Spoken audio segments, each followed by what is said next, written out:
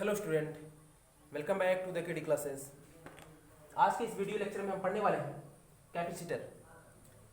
इससे पहले previous lecture में हम लोगों ने पढ़ा कैपेसिटेंस के बारे में, जिसमें आप लोगों ने देखा किसी भी कंडक्टर को जब हम चार्ज देते हैं तो चार्ज करने की उसकी एक लिमिट होती है, चार्ज देने स्टोर करने की उसकी एक लिमिट होती है जहाँ तक वो चार्ज को स्टोर कर सकता है, लेकिन उस लिमिट के ऊपर फिर उस चार्ज को स्टोर नहीं कर सकता। यानी कि किसी भी कंडक्टर की चार्ज स्टोरेज की जो क्षमता होती है वह क्षमता उसकी कैपेसिटेंस कहलाती है। ऐसा हम लोगों ने पढ़ चुका। तो कैपेसिटेंस का जो फार्मूला होता है C बराबर Q/V। आप इसको प्रीवियस लेक्चर में जो हमने पढ़ाया तो उसको आप देख सकते हैं। आज हम देखेंगे कैपेसिटर। कैपेसिटर क्या होता है? Capacitor is a system of two conductors separated by an insulator. It is an arrangement for storing large amount of charges and hence electrical energy in a small space. यानी कि capacitor जो है यह दो conductor से बना एक system है जो किसी इंसुलेटर से सेपरेटेड है। इनके बीच का जो डिस्टेंस है वो d है और यह लार्ज अमाउंट में इलेक्ट्रिक चार्ज को स्टोर करने वाली एक डिवाइस है। और आप जानते हैं किसी भी कंडक्टर को जब हम चार्ज देते हैं तो चार्ज के साथ साथ उसमें क्या स्टोर होता है? इलेक्ट्रिक एनर्जी भी स्टोर होती है। तो एक प्रकार से कैपेसिटर क्या है? एक एनर्जी स्टोरेज डिवाइस है। जब हम कैपेसिटर को चार्ज करते हैं तो इसमें बहुत सारी एनर्जी भी स्टोरेज होती है और उस एनर्जी को, उस इलेक्ट्रिकल एनर्जी को, यानी हम कैपेसिटर को यूज करके किसी भी इलेक्ट्रिकल सर्किट में यूज करके हम इलेक्ट्रिकल एनर्जी का यूज कर सकते हैं। तो आगे हम देखेंगे प्रिंसिपल ऑफ कैपेसिटर।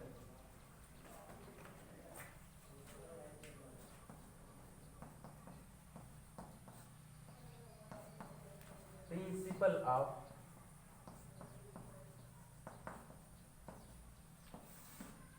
कैपेसिटर।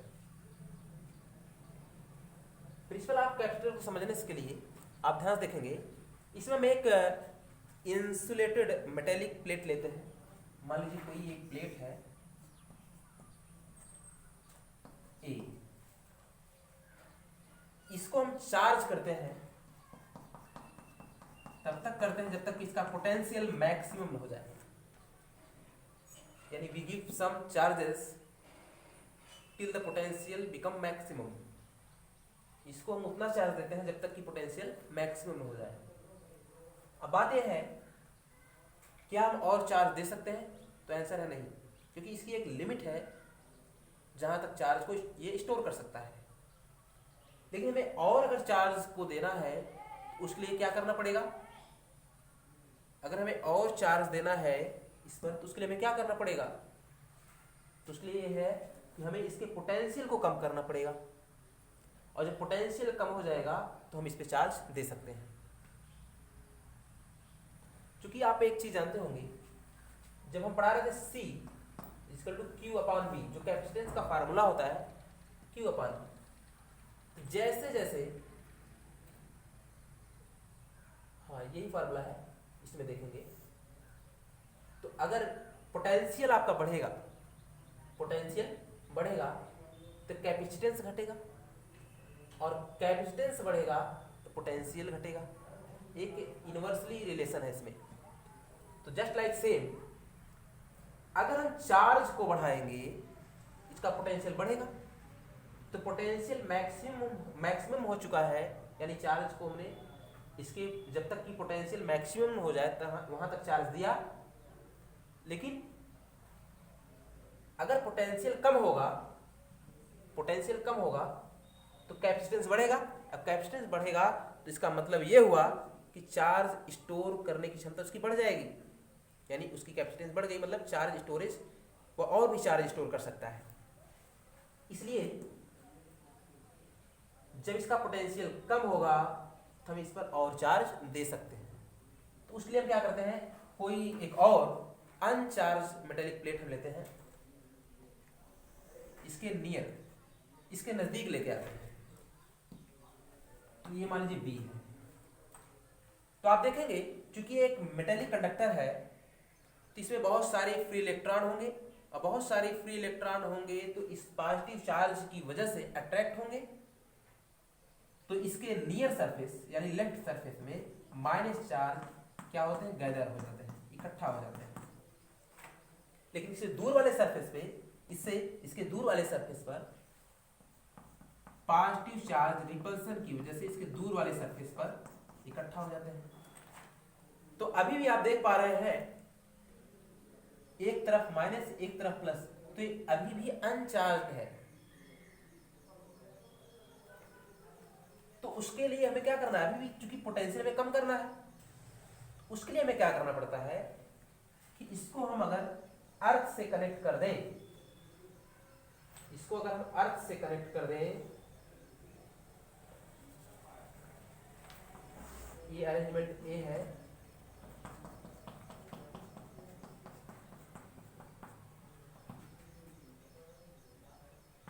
ये बी है, तो इसके नियर सरफेस पे माइनस चार्ज। अगर इसको हम इसके सेकंड प्लेट को अर्थ से कनेक्ट कर दें,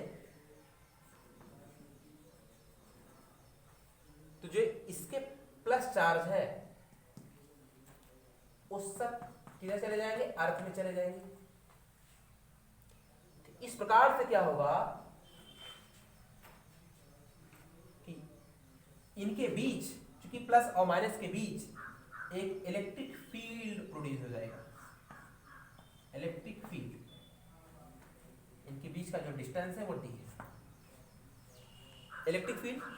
और चूंकि आप जानते हैं इलेक्ट्रिक फील्ड में कोई भी चार्ज है तो उसकी अपनी एक इलेक्ट्रिकल एनर्जी होगा, तो इसमें एक प्रकार से क्या हो जाएगा, इलेक्ट्रिकल एनर्जी के रूप में स्टोर हो जाएगा, यानी जो भी चार्ज है उनका अपना इलेक्ट्रिकल एनर्जी होगा। इस प्रकार से कैपेसिटर क्या है, इलेक्ट्रिकल एनर्जी को स्टोरेज करने वाली एक डिवाइस है, तो इस प्रिंसिपल पे वर्क करता है। तो यहाँ तक आप पहले नोट करेंगे, इसके बाद हम प्रिंसिपल ऑफ कैपेसिटेंस जो इससे रिलेटेड जो भी डिफिनेशन है उसके बारे में देखते हैं। यहाँ तक पहले आप नोट करें।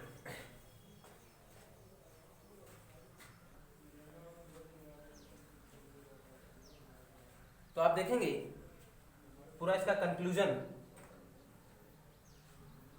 प्रिंसिपल ऑफ कैपेसिटर तो किस सिद्धांत पे काम करता है, capacitance of an insulated conductor is increased, यानी इंसुलेटेड कंडक्टर का कोई भी जो कैपेसिटर है उसके कैपेसिटेंस को इंक्रीज करना अगर है, capacitance of an insulated conductor is increase considerably by bringing near it an uncharged earthed conductor.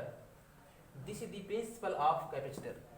यानी कि इसका कैपेसिटेंस बढ़ाने के लिए हमें कोई इसके नजदीक अनचार्ज्ड कोई कंडक्टर लाना होगा जो कि कनेक्टेड विद अर्थ, अर्थ से कनेक्टेड हो।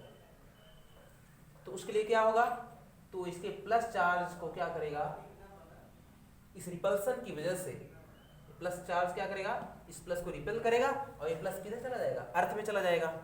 तो रिजल्टेंट ये होगा माइनस चार्ज की वजह से माइनस नेगेटिव पोटेंशियल और प्लस चार्ज की वजह से पॉजिटिव पोटेंशियल यानी हायर पोटेंशियल और नेगेटिव पोटेंशियल यानी लोअर पोटेंशियल। यानी कि ये प्लेट इसके पोटेंशियल को क्या करेगा, कम करेगा। अगर मान लीजिए, क्योंकि आप जानते हैं इलेक्ट्रिक फील्ड का जो डायरेक्शन है यहाँ पे प्लस से माइनस इस डायरेक्शन में, तो चार्ज है तो इलेक्ट्रिक फील्ड भी है, इसका अपना इलेक्ट्रिकल एनर्जी होगा।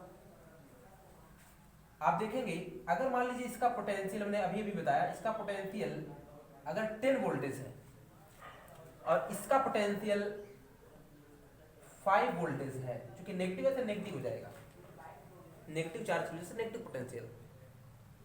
तो इन दोनों के बीच का जो पोटेंशियल डिफरेंस क्या होगा, 10 - 5 अर्थात 5 वोल्टेज।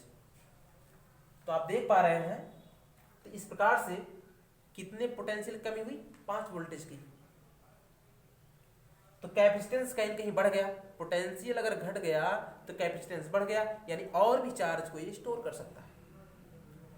तो कहने का मतलब ये हुआ, वही चीज हमने यहाँ पे कंक्लूजन निकाला। तो इसको आप नोट कर सकते हैं। इसके बाद हम देखेंगे पैरेलल प्लेट कैपेसिटर, इसके बारे में थोड़ा जिक्र करेंगे। सबसे पहले आप यहाँ तक नोट कर लें।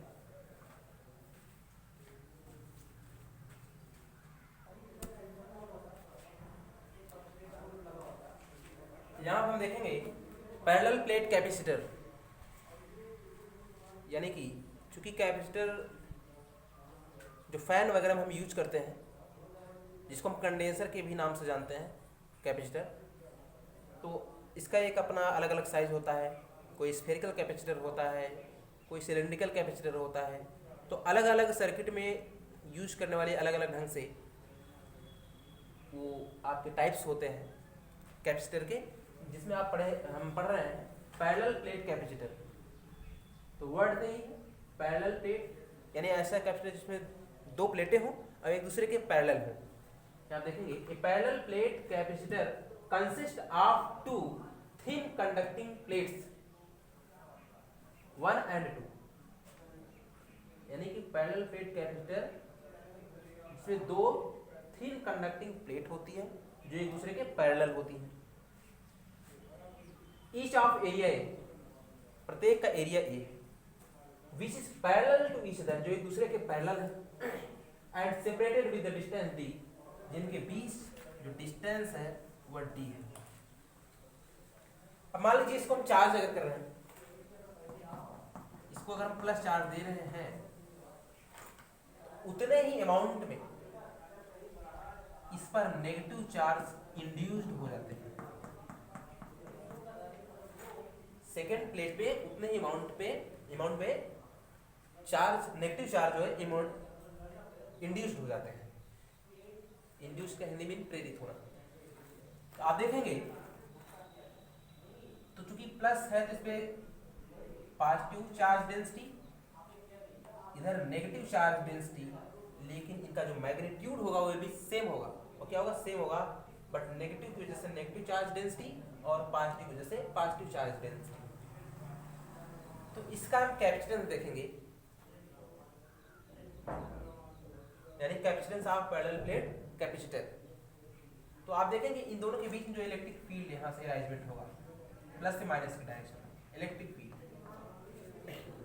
आप देखेंगे एक टर्म यहाँ पे कैपेसिटेंस ऑफ पैरेलल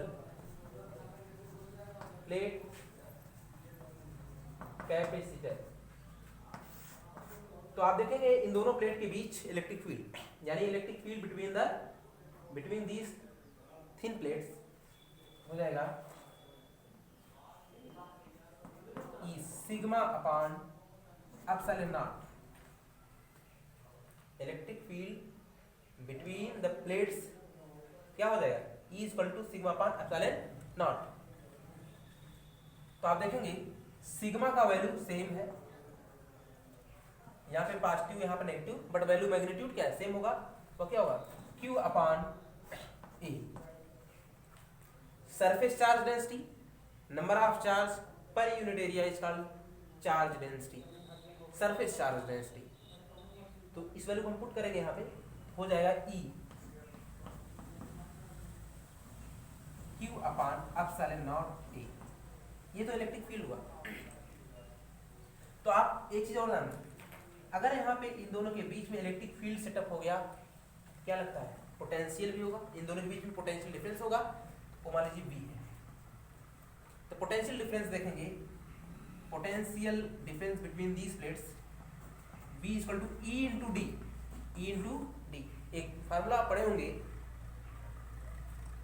होता है E equal to minus dV upon dr, change in potential and change in distance. तो पोटेंशियल डिफरेंस हमने V है लिया है और इनके बीच का जो डिस्टेंस है D है। तो यहाँ से हम लिख सकते हैं E is equal to V upon D। तो V बराबर हो जाएगा E इंटू डी। तो हमने केवल मैग्नीट्यूड लिया है, इसका मॉडुलस, इसलिए माइनस नहीं लगाया है। तो आप देखेंगे यहीं से जो आप पीछे पढ़ चुके हैं वहीं से हमने ये लिखा है रिलेशन, इसको जानते रहेंगे। तो आप देखेंगे ये वैल्यू पुट कर देंगे, ई का वैल्यू पता है हमें, रख दीजिए Q upon epsilon naught A into D. Capacitance का फार्मूला क्या होता है?